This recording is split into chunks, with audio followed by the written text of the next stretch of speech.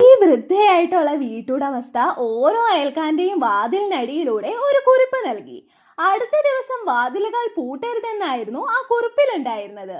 ഏറ്റവും മുകളിലെ നിലയിൽ വീട്ടുടമസ്ഥയായിരുന്നു താമസിച്ചിരുന്നത്. മൂന്നാം നിലയിൽ സിംഗിൾ മദർ ആയിട്ടുള്ള ഒരു അമ്മയും മകളും, രണ്ടാം നിലയിൽ തങ്ങളുടെ രണ്ടാമത്തെ കുഞ്ഞിനെ പ്രതീക്ഷിക്കുന്ന ഒരു ദമ്പതികളും.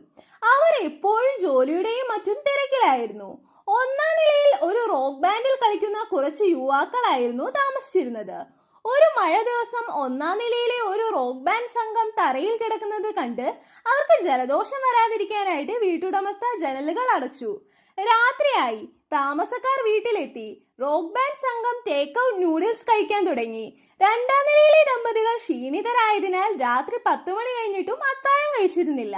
മൂന്നാം നിലയിലെ അമ്മയും മകളുമാണെങ്കിൽ തമ്മിൽ വഴക്കിലുമാണ്.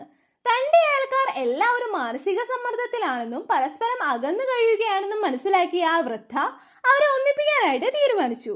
കലണ്ടറിലെ ഒരു പ്രത്യേക തീയതി കണ്ട് അവർ ഓരോ വാതിലിനടിയിലൂടെയും ഒരു കുറിപ്പിട്ടു. ഒരു വലിയ ശുചീകരണ ദിവസത്തിനായി എല്ലാവരും തങ്ങളുടെ വീടുകൾ പൂട്ടിയിടാതെ തുറന്നിടണം.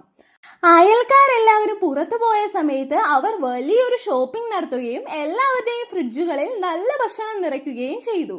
തുടർന്ന് ഓരോ വീടിനുമായി അവർ വളരെ രുചികരമായിട്ടുള്ള വിഭവങ്ങൾ പാകം ചെയ്തു. തിരികെ എത്തിയ അയൽക്കാർ ഈ സ്നേഹപ്രകടനം കണ്ട് അമ്പരന്നുപോയി. അവർ എല്ലാവരും സന്തോഷത്തോടെ ഭക്ഷണം കഴിക്കാനും ചിരിക്കാനുമായിട്ട് തുടങ്ങി. കെട്ടിടത്തിലുടനീളം ഉയരുന്ന ചിരിയും സംഗീതവും കേട്ടപ്പോൾ ആ വൃദ്ധയ്ക്ക് വലിയ സംതൃപ്തി തോന്നി. പെട്ടെന്ന് അവരുടെ ഡോർബെൽ മുഴങ്ങി. മൂന്നാം നിലയിലെ ആ കൊച്ചു പെൺകുട്ടി വന്ന് വൃദ്ധയുടെ കണ്ണുകൾ കെട്ടി അവരെ കെട്ടിടത്തിന് മട്ടുപ്പാവിലേക്ക് കൂട്ടിക്കൊണ്ടുപോയി. കണ്ണു തുറന്നപ്പോൾ അവർ കണ്ടത് അയൽക്കാരെല്ലാവരും ചേർന്ന് തനിക്ക് നന്ദി പറയാനായിട്ട് ഒരു സർപ്രൈസ് പാർട്ടി ഒരുക്കിയതാണ്.